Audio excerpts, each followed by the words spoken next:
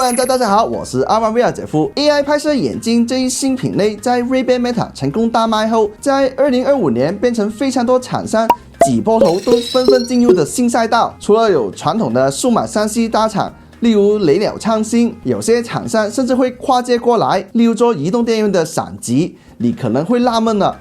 现在做 AI 拍摄眼镜的门槛有这么低吗？刚好雷鸟跟闪极的两款产品我都有上手体验过。闪极拍拍镜是在12月的发布会上试玩，雷鸟 V3则是发布会后马上下单购买的。用了几天后，对于这些 AI 拍摄眼镜还是有不少话想说的。今天这次视频我会跟你分享一下雷鸟 V3的使用感受，顺便对比同类产品 Ray-Ban Meta。看看这种新品类眼镜究竟值不值得买。先声明一下，我手上这套雷鸟 V3是自己购买的，没有任何推广，可以放心使用。先来个开箱吧。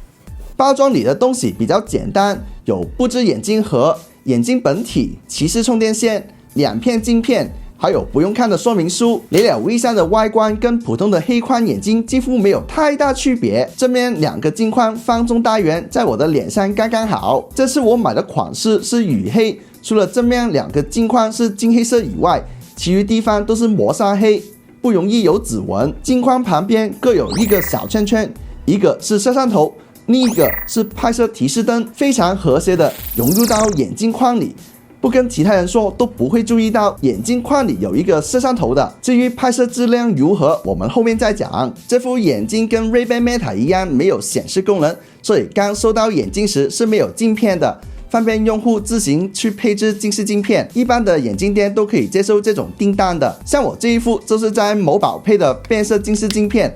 平常在室内是正常透光，在室外有阳光或者有紫外线就会变成墨镜，非常的帅气。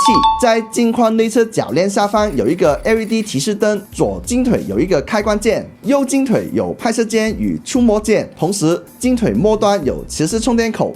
2条镜腿上都有开放式扬声器与麦克风，是我们用来跟眼镜做交互重要的一部分。雷鸟 V3没有装上镜片的重量是39克，加上镜片后是49克，比我日常戴的眼镜稍微重20克左右。其实眼镜重量不是影响舒适度最大的因素，反而是鼻梁与双耳这3点平衡支撑影响最大。这些小细节虽然不太起眼，但是做好的话就可以更无感佩戴。雷鸟 V3采用的是外接式鼻垫，硅胶材质加上有凹凸纹路，能起到防滑效果，也可以自行调整笔头的位置，比 Ray-Ban Meta 的板材笔垫更适合亚洲人脸型。2条镜腿可以往外宽，不会夹头，尾部对于头部包裹感很好，前后重量平衡，就算电源耗光了，依然可以长时间佩戴，不会觉得不舒服。舒适度这方面还是好评的。作为智能眼镜，雷鸟 V3的硬件配置也跟 Ray-Ban Meta 很类似，采用高通骁龙 A21 芯片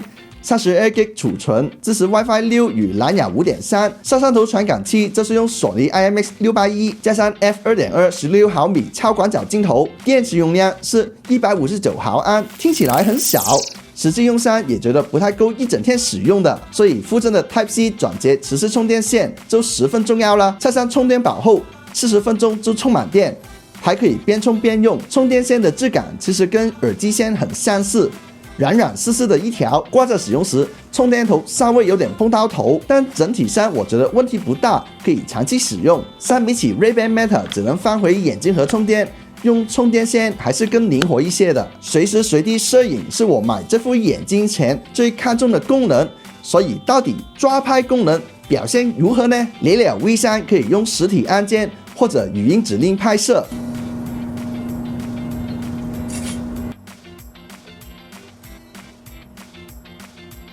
小雷，小雷，帮我拍照。我个人会更倾向用按键，反应会比语音指令更迅速一点。目前我用的系统版本在刚开始拍照时，反应速度比较慢，按下按键大概1.9秒后才拍到照片。如果连续拍摄的话，后面几张的拍照反应会快一点。甚至会比 Ray-Ban Meta 的快0.2秒。考虑到大多数人应该不会连拍，目前 V3 只是有概率达到发布会上所说的0.8秒抓拍，需要再打磨一下的。如果可以把语音控制的连拍功能放到按实体按键就可以连拍，或者直接提升抓拍速度，实用性会更高。在我剪辑这一期视频的时候，雷鸟 V3 更新了一个新的版本，说可以提升拍照的速度，以及增加了一个5连拍的功能啊，让我示范一下给你们看啊，非常的快，出乎意料哦。在拍摄时，眼睛会亮起白色提示灯，提醒其他人正在拍摄中。不过我用黑色贴纸盖住提示灯，依然能正常拍摄。同样挡住 Ray-Ban Meta 提示灯的话，就会提醒提示灯被遮盖，而且不让拍摄。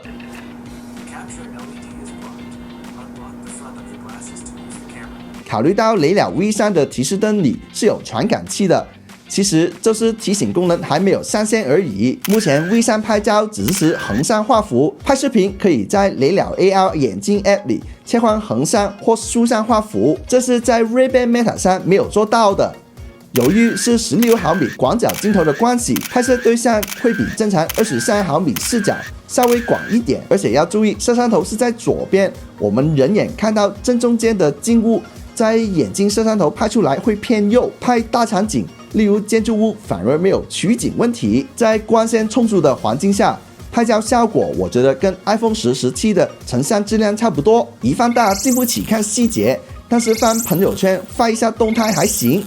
到室内的话就比较吃光线了，环境稍微暗一点，快门就会变慢，导致成像比较容易糊。建议站好再拍照，不要边走边拍哦。拍视频方面，我觉得只是刚刚够用，画质是固定的 1080p 30帧，在走路时摄入会通过裁切来处理防抖，效果还有待加强。我自己会在剪辑软件里做额外的稳定处理，成像质量跟拍照类似，也是像几年前的手机拍摄画面，而收音就是正常的双声道，跟 Ray-Ban Meta 的空间音频有挺大区别的。这样讲可能比较抽象，直接对比同样的场景下雷鸟 V3 跟 Ray-Ban Meta 的拍摄质量吧。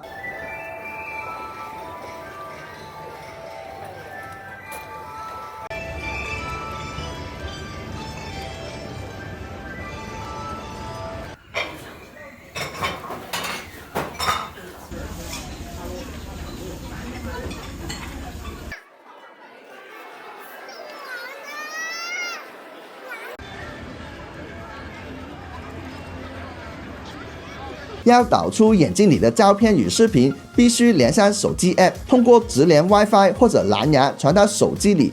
WiFi 的速度还是挺快的，非常好评。除了摄像，眼镜还可以充当蓝牙耳机，声音质量还不错，中高音饱和，有一点点低音，比听个响再强一些。还有3种音效模式可以切换，在需要安静的场景换到轻语，坐地铁比较吵闹的环境用旁白，这是切换回标准时，右耳的声量会忽然变小，等一会又会恢复正常。虽然这是用开放式扬声器，但是在平常使用时，6成音量我觉得是足够的，只要不是太靠近我的人都听不到声音。而目前我觉得雷鸟 V3 最鸡肋的部分就是 AI 语音了。AI 功能需要联网使用，比较耗电，这个我能理解，但是我为了省电关了联网功能，却不可以做基本的语音指令，这个就让我有点看不懂了。闪威赛眼镜店呢都要打开手机，有点难办哦。另外 AI 的反应速度比较慢，要说几句问候语后才可以问 AI 问题，有 Ray-Ban Meta 在面前的版本答案都超不好。其实我只需要眼睛响一下提示音效，就下语音指令。雷鸟 V3 最新的系统版本终于可以手动关闭 AI 大模型，只是使用语音助手的功能，真的有大幅度提升了响应速度，以及省了好多电，终于有干实事了。小雷，帮我录像。小雷，连拍。